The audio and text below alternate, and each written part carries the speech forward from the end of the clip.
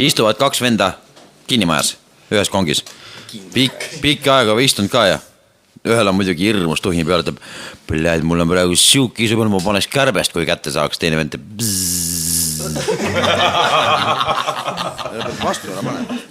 Teine asi on see, loodusloo tunnis õpetaja räägib lindudest, eelkõige kodulindudest ja siis toob näiteks nagu kana.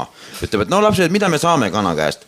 No lapsed seal räägivad, et kes saab seal muune ja kuradi liha ja virk ja värk ja igast muud, noh saab pai teha ja muidu vahva, eks ju, lind jookseb mööda õue noki bussi, kurat, tore. No et nii tuleb keeran kohe hoovi peale, keeralasen upakile, näitan ussi doktor Paskinile ja misigi. No nii, ühesõnaga, keegi nagu sulgi ei taipa nimetada, on.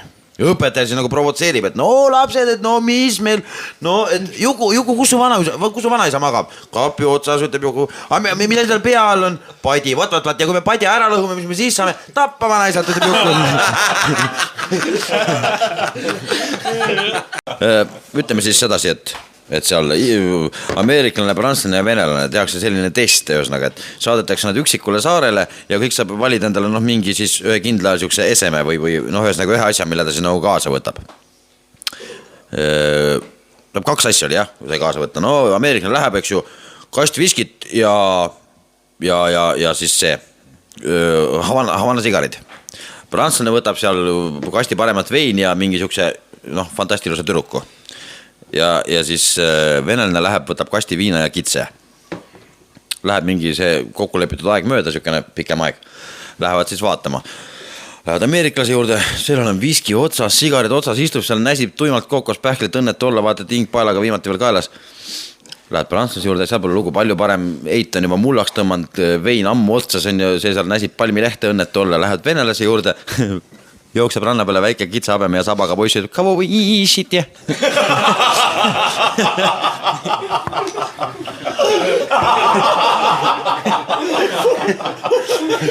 Mees läheb arsti juurde, paneb oma riista lauale.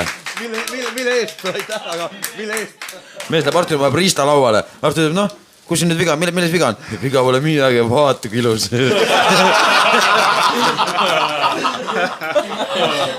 Nii, küsimus, kas Hoffmanni tilkadest võib rasedaks jääda? Võib küll, kui Hoffman ise tilkutab. No lugu, kuidas on teie? 3 jaapanlast tulevad Eestisse ja tahavad litsimajja minna. Aga mõtled, enemas vaja kondoome osta. Lähevad apteek ja, kurat ei oska ju keelt, et kuidas me nüüd saame reis? No mis teha reis? Panevad kõik oma väiksed kortsusnokku sinna letis ära peale, igaus paneb 10 krooni kõrvale. Apteekil edasi vaatab reis, lajatab oma nuia, mürtsti, korjab raha ära minu võit. Nõukogude päritolu, ütleme siis mis iganes, kaubalaev, ütleme, maabub või seal kuskil Indias seal madrases kuskil. Lastakse siis, pool meeskonda nagu maale, läheb madrus papagoi istub õla peal, ehtne selline turečkin ja vastu tuleb siukene India fakiir, poolenisti paistab läbi poa madu ümber kaela, selline tegija. See nagu tunnistab seda madrust ja ütleb, et sa oled venelane ja venelane. Kuule, võt, seleta mulle selline fookus ära, et ma olen nagu kõik pooled maailma saladused selgeks saanud. Aga sellest ei saa siiamaani aru, et kas on tõsi, et venelased joovad teeklaasi täite kaupa viina? Vabalt. Vaat ei usu, tee mis tahad, näite kuidas see käib, ma tahan selle asja selgeks saada. Teeb seal habraka-tabra on ju, kandik on ju, liitrine stalisna ja polkovnik seisab kõrval. No nii, valab polkovniku täis, madrus laksab selle endale lipsu taha ja paneb papagoi niimoodi. Hingab näkku nüüd, papagoi. See niimoodi vaadab, teise ka jood ära või? Vabalt, kallab teise polkovniku, see hingab jälle sisse, papagoina näkku niimoodi, papagoi. Kolmanda ka jood ära või? Pole probleemi, kallab kolmanda, madrus jälle lipsu taha ja papagoile. Neljanda võid ka ära juua. Papagoi ütleb see peale, et joome neljanda ja joome viienda ja joome veel rohkemgi ja see kuradi vihmaussi paneme ka perse. Juku sõidab hommikul kooli trammiga ja luristab ninaga hirmsal koomil. Niimoodi veab kogu aeg. Kogu aeg laseb. Ja ühele käib nii närvid ühele tädile. Ütleb, et kuule poiss, sul taskuretti ei ole või? Juku ütleb, et on küll, aga ema ei lubanud võõrastele anda. Karu ja jänes peavad sõjaväkki minema. Nii, lähevad komissariaati, jänes käib sees ära, tuleb välja, on ilgelt omadega rahutab, kuule lõppi on mindi, võetegi sõtta. Aga miks siis nii? Karu küsib, et miks siis nii? No vaata, ma olen ebastandardne jänes. Ma ei vasta euronõuetele, et kõikidel jänestel on siin ees on 2 klahvi, mul on 1. Mäletad, ise võid ühe korra välja, vaat näed, nüüd ongi pahasti ja mind ei võetud enam sõtta ja ebastandartne jänes. Karu hakkab kukalt sügama seal kõrval, kurat, kuule aitu, löö mul ka mõni välja, et äkki mind ka ei võeta, no. Janes pole kade, paneb igavast tuteka, Karul on pool sahtlit lagereis, Karu läheb sinna sisse, tuleb välja, kuule ei ole, mind ei võeta ka sõtta, mul on lampjalad. Ühesõnaga, koos istub mingi ilge kilo naisi. Koos istub mingi ilge kilo naisi ja räägivad meestest seda puhku. Vaata, mis juhtus? No kilo naisi istub koos ja räägivad meestest. Ja üks naine ütleb, et 20-aastane mees on nagu flööt. Korra puhud, kohe heliseb. Teine ütleb, et 30-aastane mees on nagu viiul. Natuke aega häälestad ja mängib pool tundi, pole ühtegi probleemi. Siis üks naine arvab, et 40-aastane mees on nagu cello. 10 minutit häälestad, 15 minutit mängib.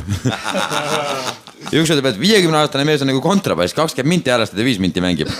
Viimane ütleb, et teate, et 70-aastane mees on nagu trumm, nagu paugu paneb on 2 nädalat jumala vait.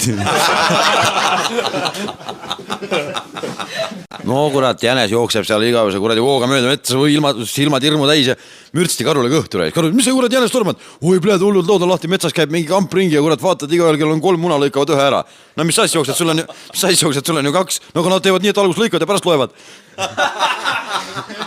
Et lugu on see, kuidas inglise keelt kõneleb turist, kes hakkab siis kodumaale tagasi sõitma, läheb Moskvasse lennujaama ja ütleb sellele kuradi piletimüüjale, et one ticket to Dublin.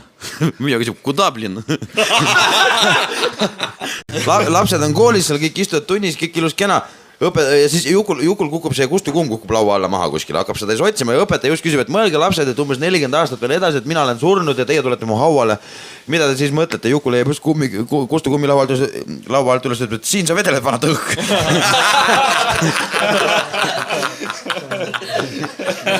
Kõnnib tütarlaps, noh, teed käia. Läheb kuskile seal, kuhu iganes. Õhtu hakkab kätte jõudma ta löömaja vaja. Jõuab ühe talu juurde. Läheb sinna, räägib, et saaks nagu öömaja. Eit ütleb, et miks ei saa, et öömaja ikka saab, aga noh, vaat magama ahju peale, et mul poisid ka magavad seal, et hea soe koht. Tüdrukut nagu ei häiri ka eriti, läheb sinna ahju peale, poisid muidugi, et nüüd oleks vaja. Tüdruk siis ka, et noh, et öömaja nagu ilma rahata saada võib ju teha, aga teeme kummiga, muidu tuleb laps. No poisid, no okei, kummiga siis kummiga. Teevad seal kõik ära, hommik jõuab, tüdruk paneb oma reisikotti kokku ja tänab jälle kõik ja läheb minema. Aega läheb mööda seal juba. Juulikuu, heinaeg käes, palavad ilmad ja üks poiss ütles, et perset tulgu laps, aga tulgu mina, võt no kummi maha, me enam ei jõua. Vanamor läheb arsti juurde ja kurdab, et doktor pojuke, näed sa paha lugu, vanus tuleb ligi, ei kuule enam, sittegi isegi oma peeru enam ei kuule. Doktor läheb mingisugused tabletid ja see ütleb, et mis ütleb kuulne paremaks? Ei, peer läheb kõvemaks.